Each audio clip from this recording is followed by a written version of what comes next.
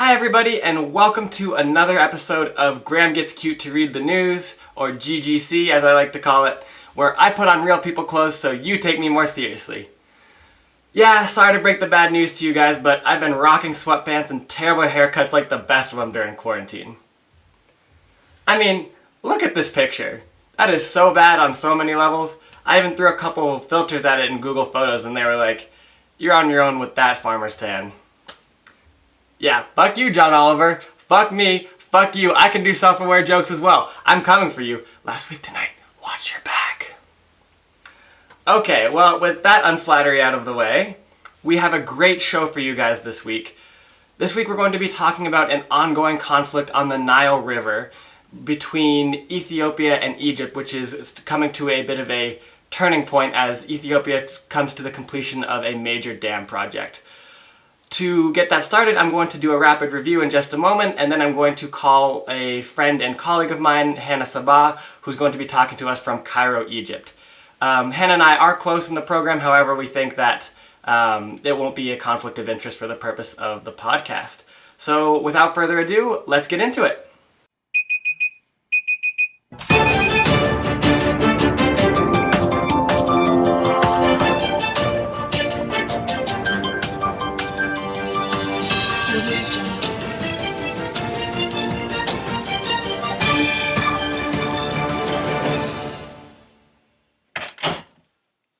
Hey again everybody, and welcome to my segment, Rapid Review. Gosh, I love that title card. Who did that? Oh, that was me. Thank you, Pat Graham. You're the best. Alright, so let's jump into it. This week we are talking about a conflict between Ethiopia and Egypt about the Nile River. So before I get into the parameters of the modern conflict that is going on, I think it's important to look back at some of the history of conflict and the importance of the Nile in the region. So, the Nile has historically been an incredibly important natural resource in the region. A lot of the biome, and particularly in Egypt and in the surrounding area, is desert, so the Nile River, which provides a huge quantity of water to the region, has been an extremely important and sought-after resource for some time. The origins of this conflict trace their roots way back, but some of the more recent, or some important agreements include things that were signed during the colonial period. These agreements include, just to name a few, a 1906 agreement between Italy, Britain, and France that denied Ethiopia direct rights to this water. There was another agreement in 1929.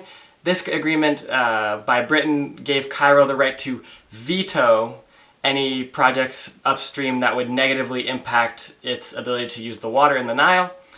And then finally, in 1959, you see a bilateral pact between Sudan and Egypt, which distributed the water between the two countries with about 55.5 billion cubic meters of water for Egypt and 18.5 billion cubic meters for Sudan each year. Now, unsurprisingly, Ethiopia has not been a huge fan of these deals. Ethiopia is home to the source of the Blue Nile, which is the primary tributary for the Nile itself. The water is a huge boon for Ethiopian interests in the region. So it is kind of unsurprising that they've rejected these previous deals, which have recognized no sovereignty over the resource itself. And Ethiopians often perceive Egypt as trying to take control over the entirety of the river. So that brings us to the modern day conflict, which is over a project called the Grand Ethiopian Renaissance Dam. Now, the GERD is a huge project for Ethiopia. It has been billed as a cornerstone of some of their economic development ambitions.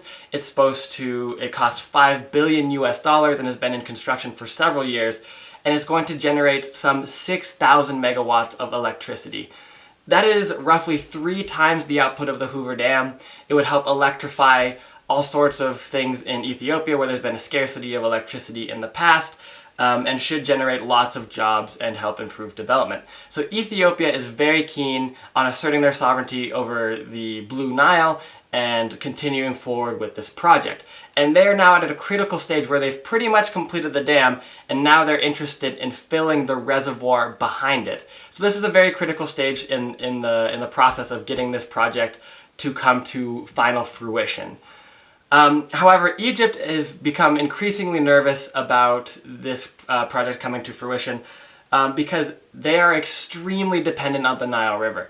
Egypt gets 90% of its water from the Nile because the vast majority of the rest of their country is essentially a desert.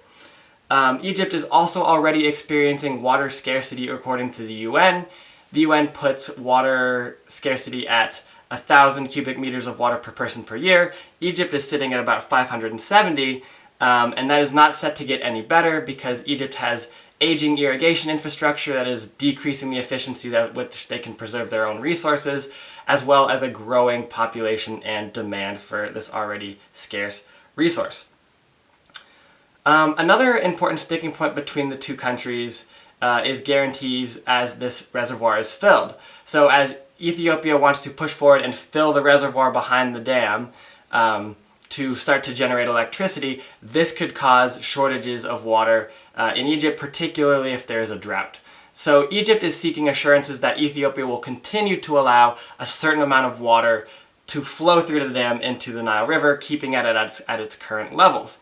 However, Ethiopia so far has been a little bit reluctant to make those types of agreements because that could slow the rate at which they can use the dam for its full capacity and generate the electricity that was kind of promised for all this time. This has been a major sticking point in the political relation between the two countries partially because of the bad blood from the previous deals that did not recognize Ethiopian sovereignty. And there's even been reports of cyber attacks from Egypt that have tried to put pressure on Ethiopia to strike a better deal with them. So this is understandably a very important issue for both countries, with huge amounts of development and well-being staked on either side of this debate.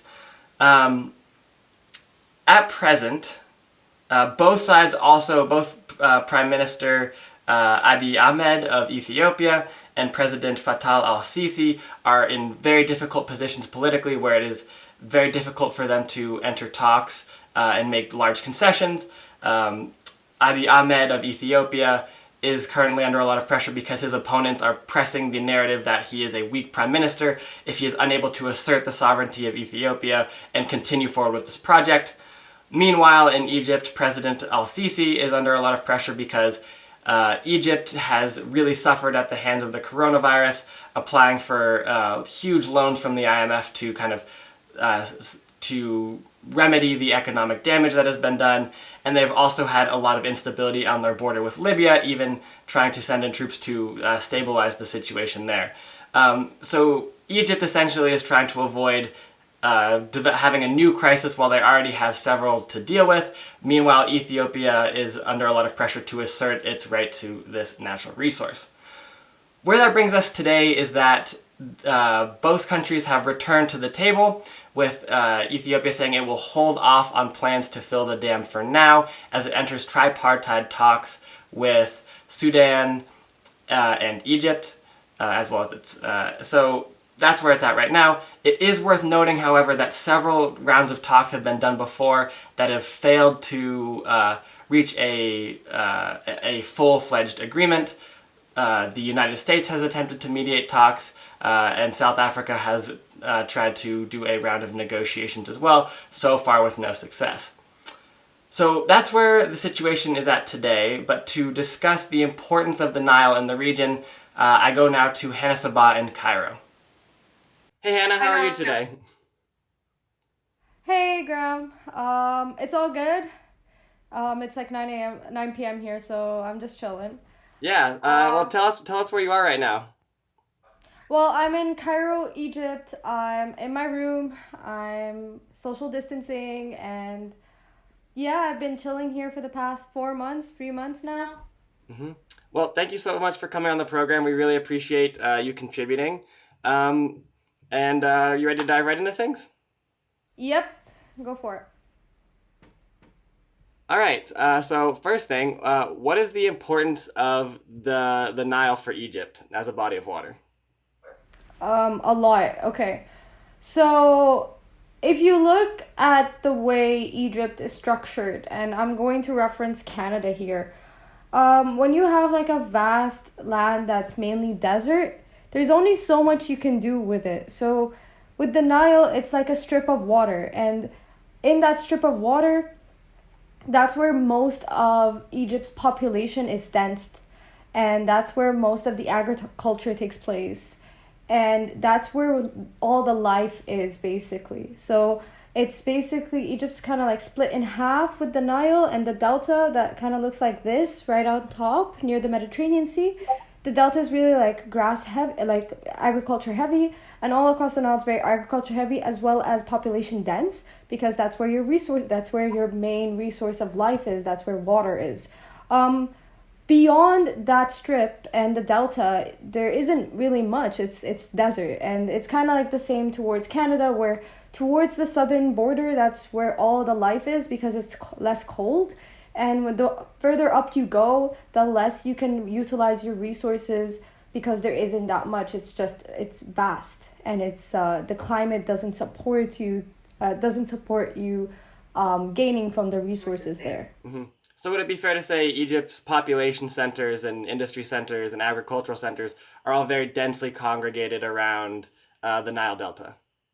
The Nile Delta and the strips of the Nile, 100%, as well as electricity. The Nile does. There is a huge dam at Nasser Lake that does supply a good amount of Egypt's electricity, and ever since that dam was in place, it really saved us a lot of hassle.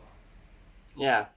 So kind of backing up a little bit, because what we're going to be talking about today really has to do with how the relationship is between Egypt and a lot of the other countries that share the Nile as a resource.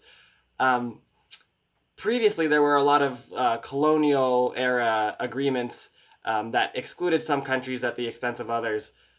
What is the legacy and what is the importance of these agreements in modern discussions around the Nile River? I don't think they're highly referenced from my limited research. They're not really referenced, but they do have this how can I say this, like this play of maybe even legitimacy, because in some of the treaties they basically gave Egypt all the power to control the Nile and its upstream flow, and that within itself kind of gave Egypt that power to dictate what it can do, especially with Sudan of all places, and which is our neighboring country. And Egypt and Sudan used to be one country at one point, so it's important to reference that. And then after Egypt and Sudan separated, and Sudan became North Sudan and South Sudan, the whole thing got very complicated. You do have to realize that our borders were drawn by colonial powers, and the reason Egypt and Sudan split is because they didn't consider the different ethnic groups and the different religions and the different like diversities of people that they just combined into that one border and said, this is what you are. So historically there have been a lot of separations between Egypt and Sudan. Historically there have been a lot of conflicts between Sudan and South Sudan. So you can see where the legitimacy or the legacy of these treaties can hold some power to the people who do have the upper hand of the treaties, and don't hold any power whatsoever to the people who got the shorter end of the stick. So it's relative to the country. From my knowledge right now, I do not believe that Egypt has referenced that treaty so far in making negotiations with Ethiopia or Sudan, or has referenced that treaty when it sought out the UN Security Council to basically mediate between the conflict. Hmm. So these treaties kind of set up a lot of conflict by biasing water distribution towards different countries, but they're no longer the main framework that people are talking about in these discussions. Currently not right now. When Egypt is talking about what Egypt wants the UN to intervene and wants other countries to intervene because they don't want any country, especially Ethiopia, to make unilateral decisions towards the Nile, which is shared by Egypt, Sudan, and Ethiopia mainly. When you make a unilateral decision towards a shared resource, that threatens not just the sovereignty but the security of the other countries, because you're basically giving one power to one country, and at the same time you're risking that country's agreements to that treaty or to that agreement or whatever you're making to fulfill it, and you don't know if they're going to fulfill that or not. And even the UN, from what I've researched again, said that they're not going to stop anyone from doing anything. What they're going to do is try to maintain the peace and hope to get to better negotiations. And when you're living in this anarchic atmosphere where you don't really have a higher authority to tell you what you can't or cannot do, that's where tensions begin to rise. Because if they can't do something, if they won't follow someone's orders, why would they stop themselves from doing something that's going to benefit them a lot and put their neighboring countries at a disadvantage? Yeah, so it sounds like it's very easy for these countries to back each other into a corner, because a decision one country makes about water has very literal downstream effects that have a serious impact on all of the other countries involved. Yeah, and it's good to mention that Egypt is outsourcing its alliance with the Arab League and its alliance with the US. Egypt asked for the US to mediate, which expresses the seriousness of this whole situation as a whole. And again, Egypt also asked for the UN Security Council to mediate, which again expresses another form of seriousness of this whole situation. So Egypt is trying its best to avoid direct conflict, and it's asking for quote unquote bigger authorities to step in and be like, hey, help us out and help us solve this. Uh-huh. Yeah. So that kind of transitions us nicely to the next question, which is the current conflict about the river really is about the Grand Ethiopian Renaissance Dam, which is supposed to be a huge boon for them in terms of it's supposed to bring in a lot of economic revenue. It's supposed to create a lot of jobs. It's supposed to improve their agriculture. What is the significance of the GERD in general? Well, it's a huge project, so it's basically Ethiopia's dream. You're employing a lot of people, you're giving them a lot of jobs, but the most important part you have to consider about this dam is its hydroelectricity. It's expected to generate like around, I think the figure is 6,000 megawatts of electricity, which is huge for Ethiopia and its neighboring countries, because they do have a shortage of electricity, and like with about maybe, from what I know, 60% of its population not really connected to any kind of grid. So the fact that you give them this surplus of electricity, you're not just like powering the country, you're also advancing and modernizing it to a whole new extent. So that's really where this whole conflict begins, because Ethiopia is going to have, if it builds and goes through with this dam, it's going to have a huge stepping stone in helping itself and also neighboring countries that could give it access to electricity so they can modernize and basically solve a big problem that they currently have with their resources. Mm-hmm. So clearly Ethiopia has a very strong vested interest in filling this dam. It's said before that it was going to push through in July, but last I checked, they are now back in talks with Sudan and Egypt. How do Egyptians feel about this dam? Because it definitely poses a potentially very large change to their water access that they will have. How do they feel about it? From the general consensus, Egyptians are worried. You're threatening one of our most prized national resource. It's the Nile. It's, like I said, historically it was important for the pharaohs.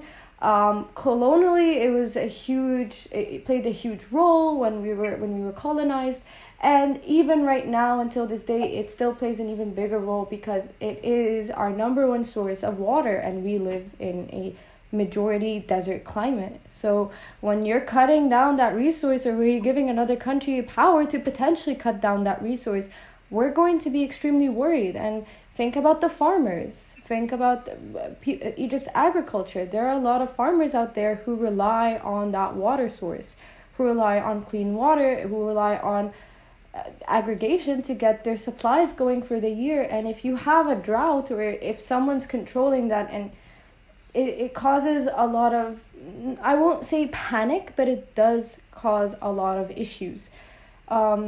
Specifically with, again, this whole thing's uncertain. So it just created a lot of uncertainty around water when at a time when there's already a large potential for scarcity. Am I correct in understanding that water is a pretty scarce resource already there? It's not a scarce resource, but it's our main resource. The Nile is the only way we get our water. So when you take that away from us, or when you give someone else that control, or even potential control, then again, it's going to be a problem. We're going to get pretty nervous, and we're going to get pretty scared, even if that is the potential of what's happening. So it doesn't feel too scarce yet, but this definitely creates the potential for scarcity, or the potential to lose control of this vital resource. Of course. This whole conflict's been happening for over a decade now. And from my understanding, what happened is that Egypt was like, go for it, build your dam, that's in your sovereignty, that's your jurisdiction. Where we have a problem is when you fill the reservoir of the dam. And to fill, and it's massive. I don't have the figure right now, but to fill that dam, it's a huge amount of water, and it will take years to fill. And throughout the process, Egypt's water will be scarce. So, from my understanding, again, and it's a little bit limited in terms of the technicalities of this, is that Egypt is trying to negotiate how much water they can fill the reservoir in and how much time it's going to take. Because if it all shoots in one flow, there will be a decrease in Egypt's water supply, and there's where the uncertainty begins. And again, this is all up to like Ethiopia's generosity. So what if Ethiopia decides that it's not going to meet that? From what I've read, it can fill the reservoir in 6 years, and Egypt is preferring that they fill the reservoir in 12 to 21 years. So if they fill the reservoir much more slowly, you can maintain a certain amount of water flow to Egypt. Exactly, and Sudan, so yeah. And if you can manage that, then that's great. But then again, you're relying on another country, and you're giving them that power, which is basically it's making Egypt a little bit nervous again. And from my understanding, they're trying to reach this agreement where everything will go smoothly, but the tensions are beginning to rise as of yesterday. Mm-hmm. Yeah. And you talked about this a little bit earlier, but you said that the U.S. has been involved. They tried to mediate talks that broke down in February. The UN is at least peripherally involved as an observer. What role do international bodies and countries play in mediating this conflict? From my knowledge, I don't know, to be fair. I can tell you like I said, the UN is, again, trying to keep the peace, but the US, from what I've gathered, is basically not siding with Egypt, but on Egypt's playing field with you cannot unilaterally decide to fill up the dam however way you want. There needs to be that agreement. And Egypt and the US so far have a very good relationship. That relationship differs, but from what I know, we're good partners with the US. So far, the US and the international community haven't stopped or really intervened very directly, but they have a vested interest in keeping these talks going, and for trying to prevent countries from taking unilateral action to control this resource. Yeah, 100%. And clearly, like as we've discussed, this is a very important resource. Should these talks break down, do you envision there being a potential for conflict over it? Honestly, yes. I fear that this game can get pretty dirty. Again, especially when you're threatening the security of another country, especially its national resource. So I think when it comes to that, you're basically holding the country in a bind. It's like if this happens, I think Egypt.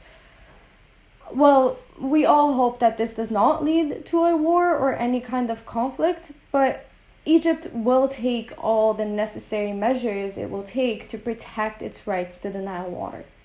And that is as plain as it's going to get. It will do all it can to protect that national resource. But from what I'm seeing right now, Egypt has called upon the US and the UN to help break that deadlock that all three countries are in so that they do not have to resort to that. But the president was quoted saying that he will take all necessary measures to protect the Nile water, to protect their rights to the Nile waters. Mm-hmm.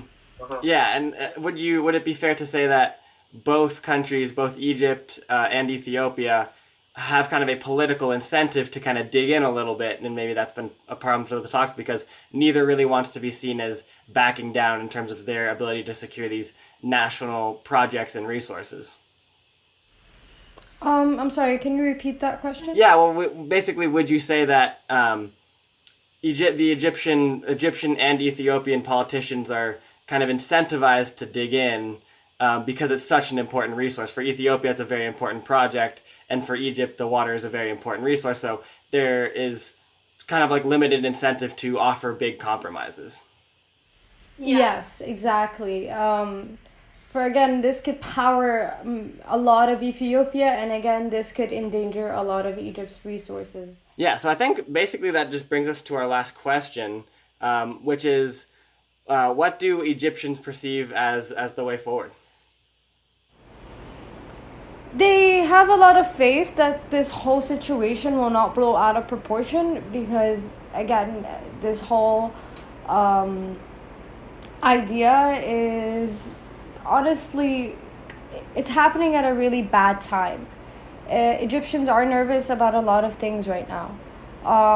One of them is definitely this whole problem and conflict with Ethiopia, but again, we are going through a pandemic. So when you have our health resources also at stake and our people and our population, dying, and I think we're at maybe 72,000 cases as of today, and you also have a threat to our water resources, we're just taking all the problems that are coming in and we're just hoping for the best case scenario.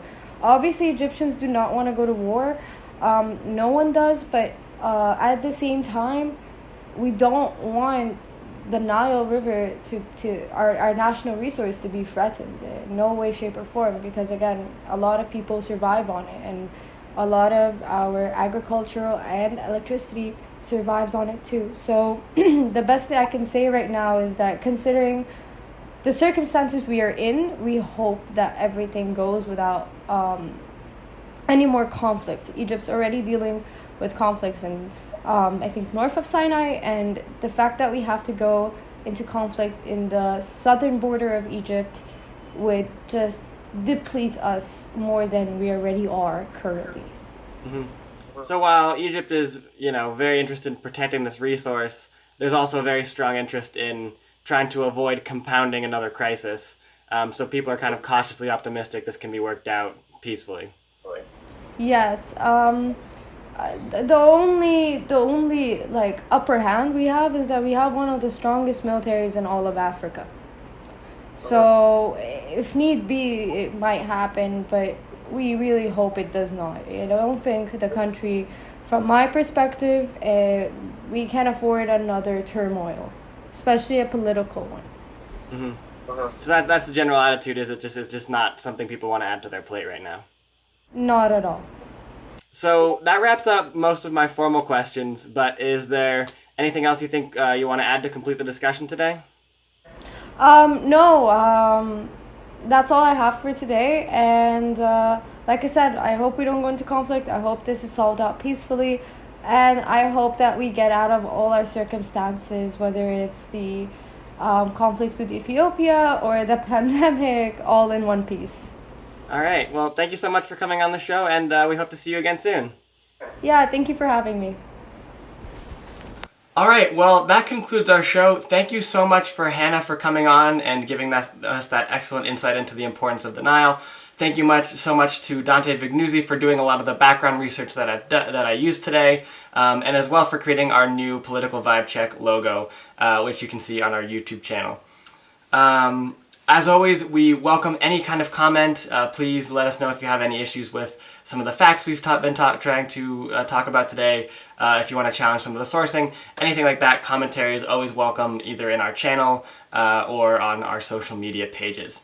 Finally, I'm trying to migrate this channel to more formal podcasting areas, including Spotify and Apple Podcasts. So if that is successful this week, I will be putting the links in the description box.